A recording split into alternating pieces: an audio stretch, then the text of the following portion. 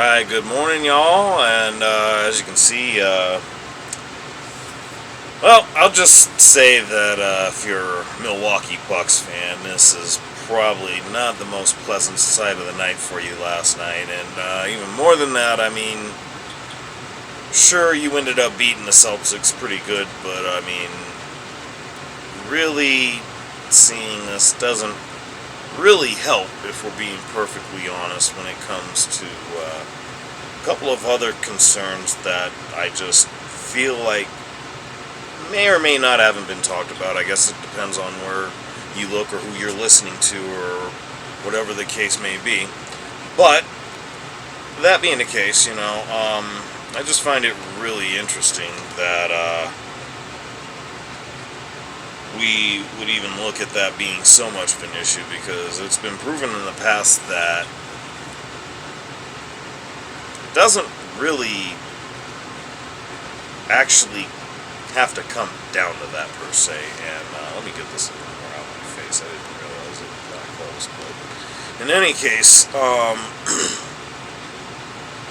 it's just fascinating, because this sort of thing has happened before. He went down with what looked like a pretty nasty hyperextended knee, only to come back and fuck around to win the championship. I mean, let's think about that for a minute. So, really, the only point I'm trying to make here is I don't think that really is all that much of a concern. There are other issues that go along with that. One, particularly the fact that I have been saying this, I haven't really been putting a whole lot out about this, at least it's on this platform, but just anybody that I've talked to about it, I've been of a specific mindset, and it's the fact that, Doc Rivers, having come along at the point of the season, I'm pretty sure it was pretty early, if I recall correctly, but, I said it before, and I said it again. In fact, I know I did do one video. I just haven't talked about it as extensively, but I said then, if they knew this was the way they were going to go, why didn't they just hire him? Why play around and, use Adrian Griffin as some sort of a puppet? It really was just quite mind-boggling to see that, and I find it actually disrespectful, especially to Adrian Griffin, because I think he's a hell of a talent. I feel like he could actually be a really good coach. In fact, there's talk that I've seen that Billy Donovan will be stepping down from the Chicago Bulls, and if that's going to be the case, why wouldn't the Bulls try to take a look at Adrian Griffin? That was actually something that was discussed at one point. And, just knowing that these are things that happen in the NBA, it really makes me really want to question the decision making when it comes to these sort of things as far as coaching is concerned, because, I think about situations like, the fact that even, actually more specifically, now that I think about it, and I guess this is where we go into my next topic here, the Boston Celtics. I mean,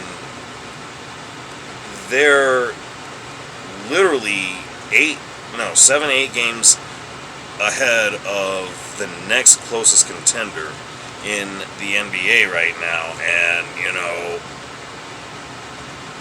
I don't even think that they're really all that much of a convincing favorite to win the championship. If not for the aforementioned issue with Doc Rivers, the Milwaukee Bucks, and everyone else involved, I would dare say that would probably be the biggest threat to the Boston Celtics. And maybe they still are, but given that they've had defensive issues from time to time, maybe not so much recently, but just at times throughout the season, it's really, really concerning. And, of course, you brought along a guy like Patrick Beverley to help quell that, and that's actually worked. And maybe that's where that helps them in the long run. But, to be perfectly honest, I don't know if I see that as seriously a threat now as it was, and it doesn't help because another issue people don't talk enough about. They got beat. They were the 1 seed that lost to the Miami Heat that did ultimately get to the NBA Finals, mind you. But they still lost in the first round to an 8 seed. Now, I take nothing away from Miami because Jimmy Butler's has actually been my favorite player for a long time. But the fact of the matter is, that grit and the Heat culture and everything that comes with it is only going to get you so far. And that was proven in the finals with the Denver Nuggets as it was to begin with, because there's just something to be said about having that right combination of height, size, depth, and just so many different intangibles that, probably don't even get talked about enough. And at the end of the day, I just feel as if, with these two being the next closest teams to the Boston Celtics, it's just really interesting because tonight they have a matchup that actually is going to determine the number 1 seed in the Western Conference. Yet, and still, it really is going to go a long way as far as how much this is going to really wind up hurting the Minnesota Timberwolves.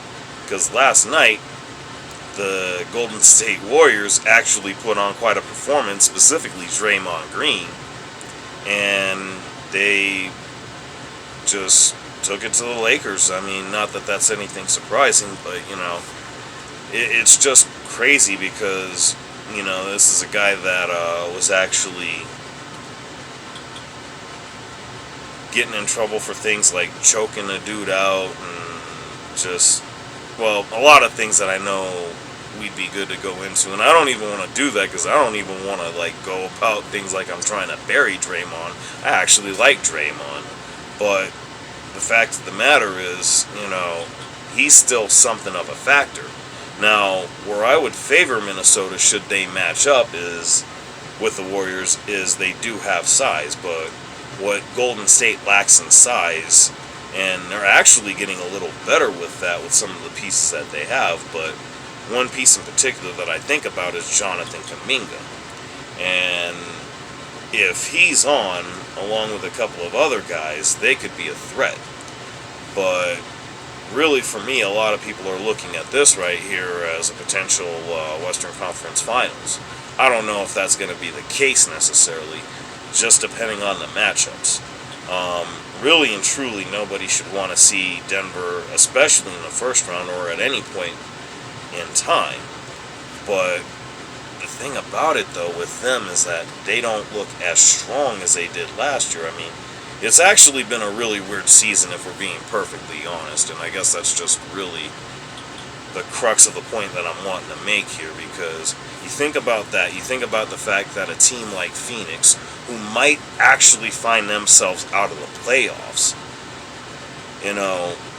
they had a lot of matchups that didn't work out in their favor, specifically the San Antonio Spurs.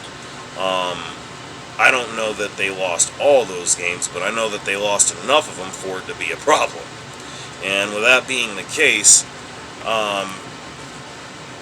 it's just real wild because I think about the fact that Denver went against the Suns and lost, and apparently a few different times, but I saw the most recent one, and it just told me that if Phoenix actually were able to get to where they could avoid Denver for the first 2 rounds and get to the conference finals, and on top of that, get to at least 5 games, that's basically some anything can happen type shit that you're dealing with now.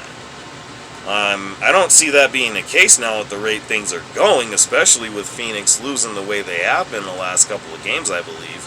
But, that's just where I'm going with this. It's like, for that potential to be there, it's as if really if I'm looking to pick a favorite as far as winning the title right now, I mean, going in, I was going to go with Denver anyway, because with the way they won last year, and they really are playing pretty much the same way this year, when it boils down to it, once playoff time comes, it's not going to matter about all the stuff that happened in the regular season.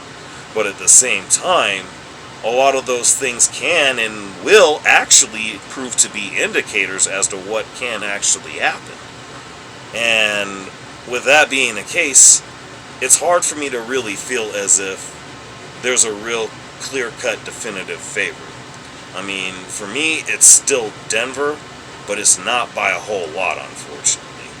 And that's not even me saying that as a hometown person or anything like that, because also I have pointed out before, at least I have been known to be a Bulls fan. I gotta admit, I'm not sure as much how I'm feeling about that nowadays, especially with how I talked about before, with the way things have been going there. And I mean, we've all seen it. I don't really think I have to go into too much detail about that, but I'm going to leave it at that, because that's just going to be something for another video and another time, if I even feel like doing that. But yeah, I mean, all in all, bottom line is it's pretty much Denver, but I mean, it's not very convincing. And even if it's not, I mean, I guess this is just great that there's competition in the league like that, but I don't know how I feel about it. Maybe that's just me. Don't know what it is. Let me know what you think. Later.